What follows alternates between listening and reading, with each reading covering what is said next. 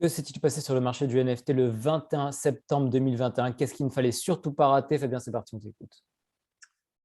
De grosses annonces, le 21 septembre, pour le coup de très grosses annonces. J'en ai 3, mais les 3 sont assez grosses. 1 annonce, c'est les Bored Ape Yacht Club qui nous ont annoncé leur nouvelle roadmap. Pour rappel, les Bored Ape Yacht Club, c'est le projet phare, le deuxième un peu, après les CryptoPunks. Et donc ils ont annoncé ça sous forme de voilà, roadmap 2.0, avec une petite, très jolie, petite image très bien faite. Donc qu'est-ce qu'on a? On a le, festival annuel des Apes, le Ape Fest, qui sera à New York du 31 octobre au 6 novembre. Ah, c'est pendant la NFT à New York City, ça? Oui, c'est fait exprès, c'est Ah. volontaire. Voilà, parce que tout le monde se retrouve à New York pour le NFT New York City en novembre. On y Et donc sera d'ailleurs, on y sera, c'est l'occasion de vous l'annoncer. On fera un vlog exclusif, ça va être incroyable. On sera là-bas et on sera même speaker à cet événement, donc de la grosse cam à venir.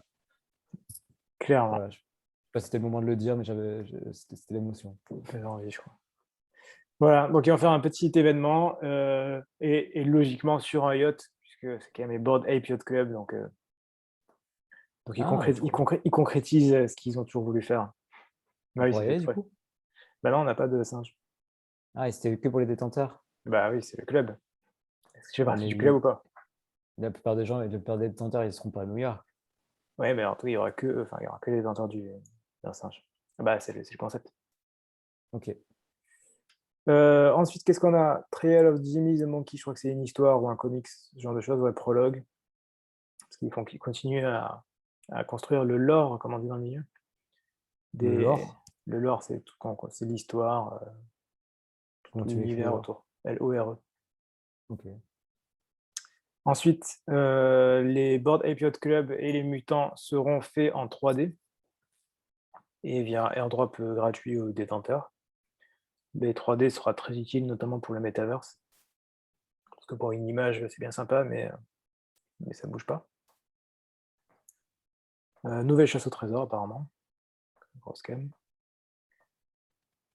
Petite soirée dans Sandbox, ça c'est normal. Miami Clubhouse. Petit cadeau assez C'est un évident. truc réel, ça?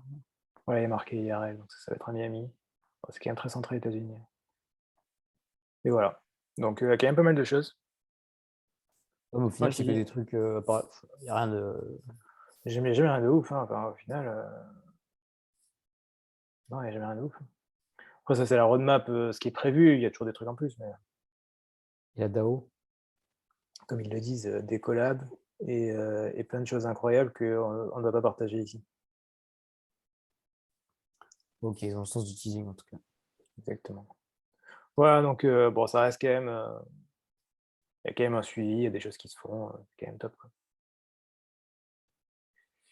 Ensuite, on a alors Project URS. Alors, je ne sais pas si certains s'en souviennent, on en a parlé.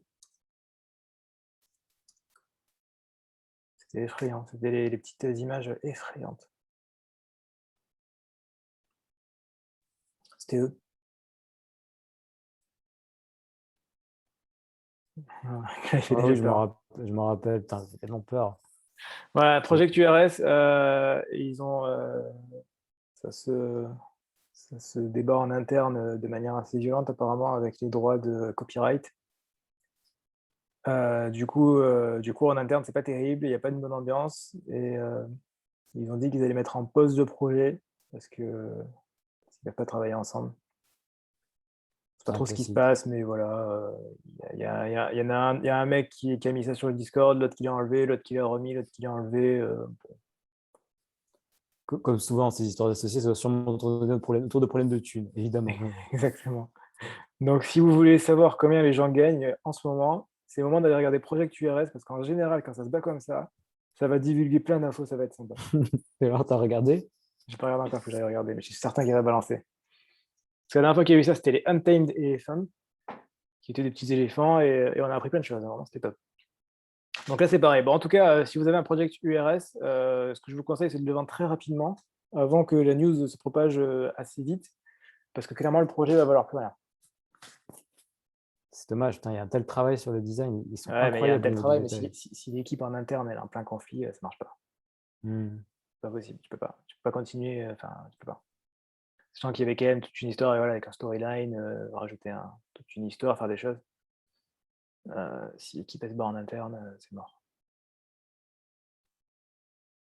Ouais, beaucoup de travail pour pas grand chose au final, mais bon, c'est des choses qui sont, beaucoup plus courantes qu'on peut le penser. OK. Et ensuite on a Sorare, Sorare qui était d'ailleurs, au Non-Fungible Meetup pour ceux qui étaient à Paris hier et qui a fait, une levée de fonds incroyable. Je crois que c'est la levée de fonds la plus élevée de France. Enfin, je pense bien à ce prix-là quand même. Une levée de fonds de 680 millions d'euros. 680 millions.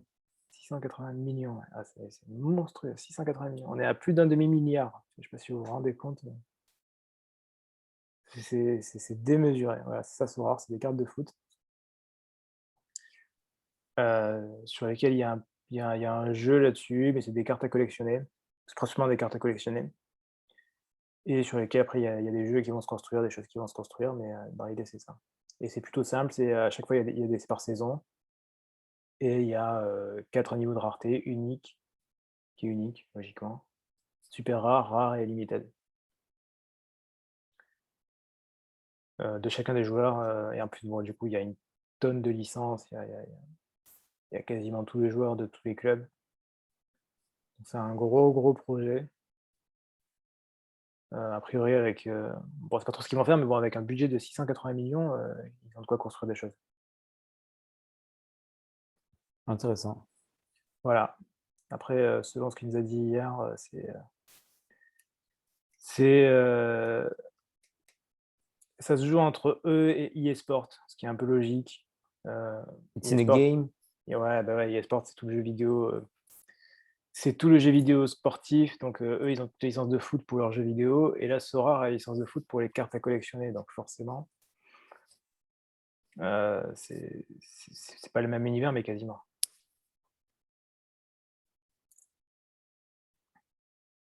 Donc voilà, clairement, je crois que c'est la plus grosse levée de fonds enfin, je crois que c'est clairement la plus grosse levée de fonds en France, hein, 680 millions, ça n'arrive pas. Qui a filé ta le fric? Je sais pas, on peut regarder.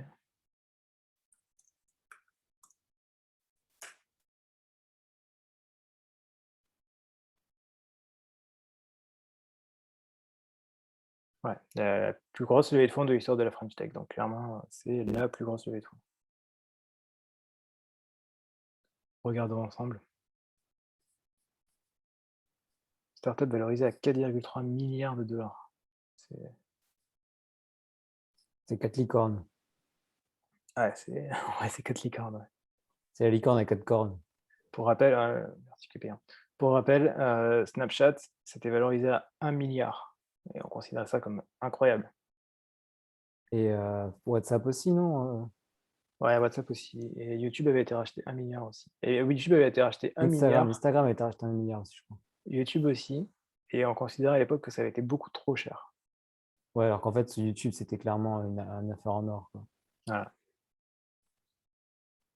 Ok, donc bon, la c'est startup, c'est pas notre délire, mais bon, vous voyez, c'est quand même un truc énorme, quoi. ouais, voilà, ça montre que bon, on parle de NFT, oui, le NFT, c'est quelque chose de niche, c'est tellement quelque chose de niche que c'est la plus grosse levée de fonds française. Ah, c'est une grosse niche, là. C'est un gros chien, maintenant. Le chien, il est très, très gros, hein, C'est un chien de montagne, tu sais, qui se balade, un patou. avec le petit tonneau de vin. Ah oui, les Saint-Bernard, c'est ça. Bon, bref, on n'est pas là pour parler canider. On s'égare. Non, bah, c'est tout, de toute façon, c'est tout pour aujourd'hui. Ok, bon, on va s'arrêter là alors, parce qu'on a fini. Merci beaucoup pour cette vidéo, du très très lourd. On voit que les NFT, c'est quand même de la très grosse cam, des milliards d'euros en jeu. Donc bon, à vous de voir si vous voulez écouter votre maman qui vous dit d'investir dans l'immobilier ou si vous voulez acheter des NFT. Même si je rappelle qu'on n'est pas une société d'investissement, donc on donne juste notre avis, mais bon, à vous de voir. D'ici là, on se retrouve dès demain. Portez-vous bien, à demain et faites de l'argent. Ciao, ciao. Ciao.